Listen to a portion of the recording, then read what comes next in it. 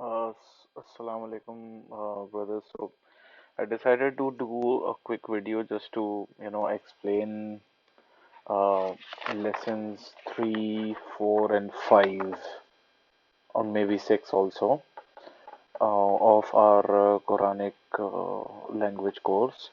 So these lessons are basically dealing with pronouns. So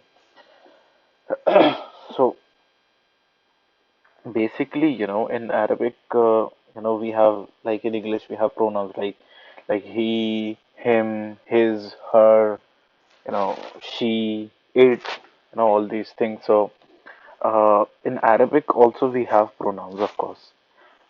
So, but the thing is that, the way Arabic differs from English is that here in Arabic there can be two kinds of pronouns. They can be you know, detached pronouns or attached pronouns. They can be two different types.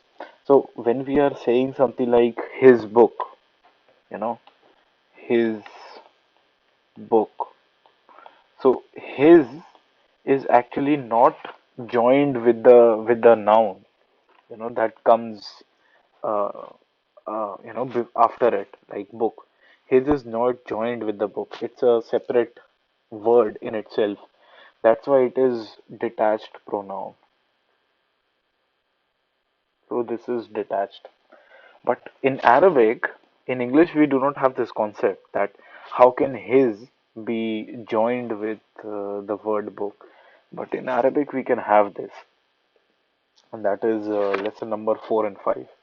So inshallah, I'll come to that. But first, we are focusing on the detached pronouns. So here you have a table, of detached pronouns, and if you see that the rows are divided in third person masculine,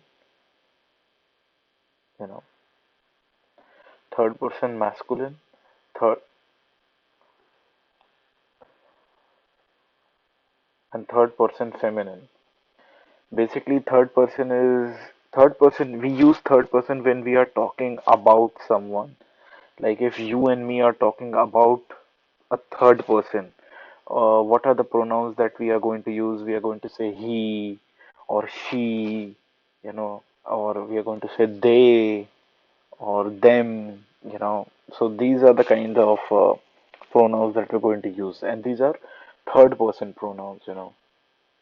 So in Arabic we have in Arabic now that person, when we are talking about pluralities in Arabic, they are usually uh, of three types. In English, we are used to two types, and you know this already.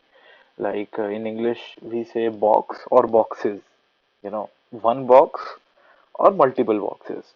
But in Arabic, we make the distinction between a singular object, a dual object, and a plural object. Like when we are talking about one person, in the third person sense, let's say we are saying he, he did something, or, he gave me this.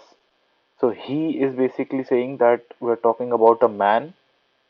So this is masculine,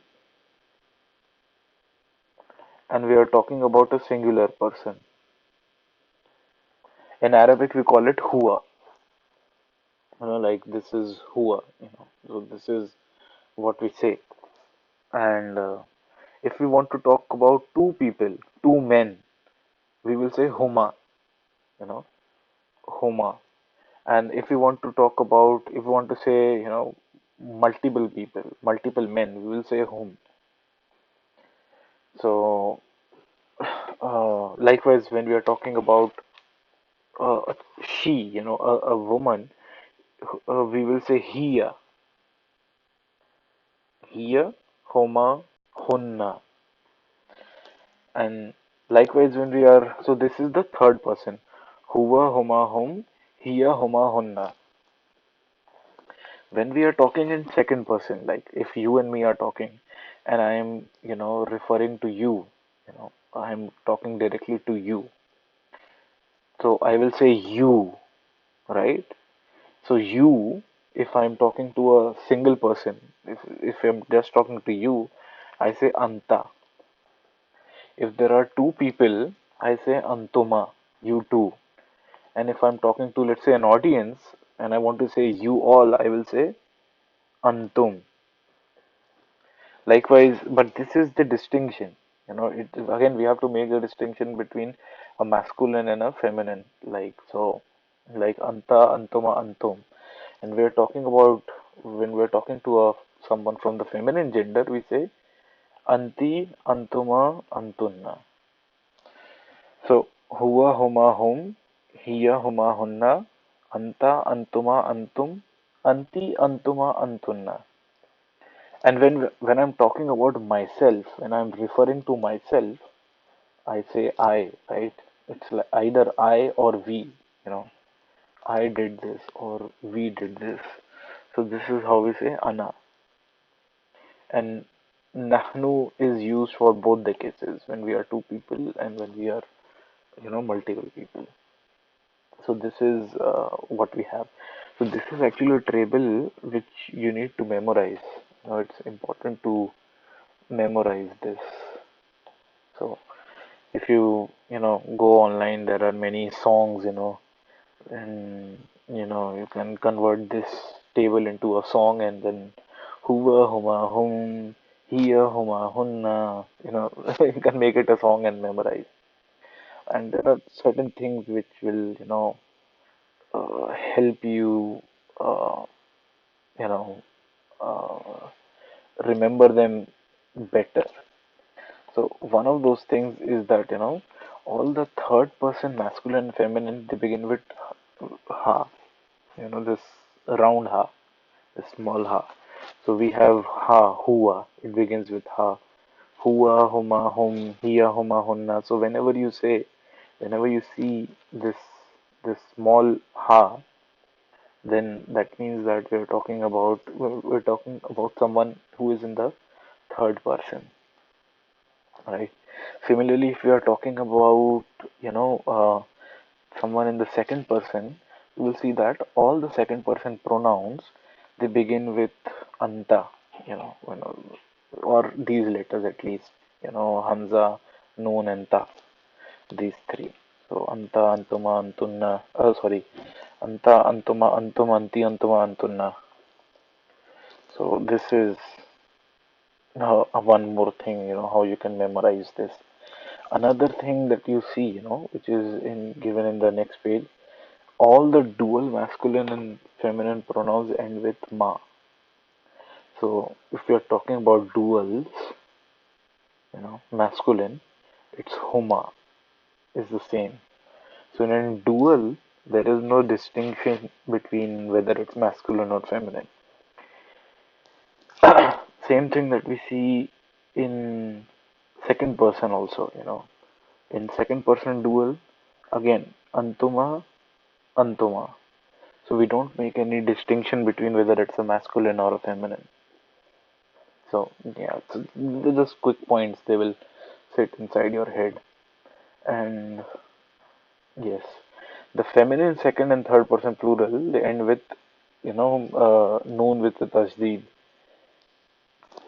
So if you see this, the masculine pronoun in third person ends with hum, like hum, antum, you know. And if you see the feminine second and third and second person, it ends with a noon and tajdeed, which is like hunna, antunna. So this is again one more thing. There are these are just patterns which will help you memorize. So uh, so these are detached pronouns, right? So there are certain examples which you can do, right? Like this one, like huwallahu ahad. So huwa. So this is the detached pronoun here, right? Like yeah. So yeah, so you can see this third one also. Is huma fil ghari? Is huma fil ghari? So huma is the pronoun, and it can be, of course, since this is dual. It can be masculine or feminine. This we need to get from the context, right? Yeah. So, and this was singular male, masculine. Yeah.